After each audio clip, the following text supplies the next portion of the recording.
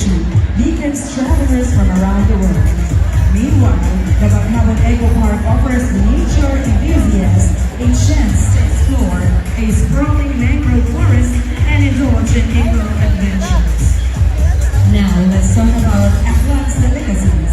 Lisa's famous ampao, a crispy rice pear coated with sugar, is the favorite pasalubong among tourists. A new Washington crispy shrimps seasoned with salt and pepper is a must-try. Best enjoyed with a side of vinegar dip.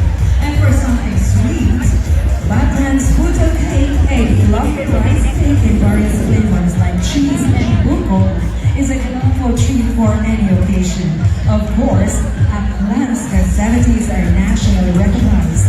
The Calibo Sigaw Santo Niño Ati-Atihan Festival, known as the mother of all Philippine festivals, is a variety of colors and rhythms, celebrating our rich cultural heritage with dance and music.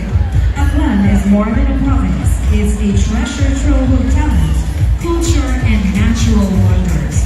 Whether you're cheering for athletes, wishing to experience the festivities, or explore the breathtaking landscapes, Aklan invites you to experience their province.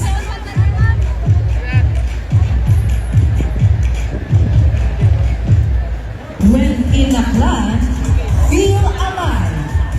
Feel Aklan. Ro mga ungang akyanon, madinayakon. Joining Aklan delegation is the governor together with the school's division superintendent.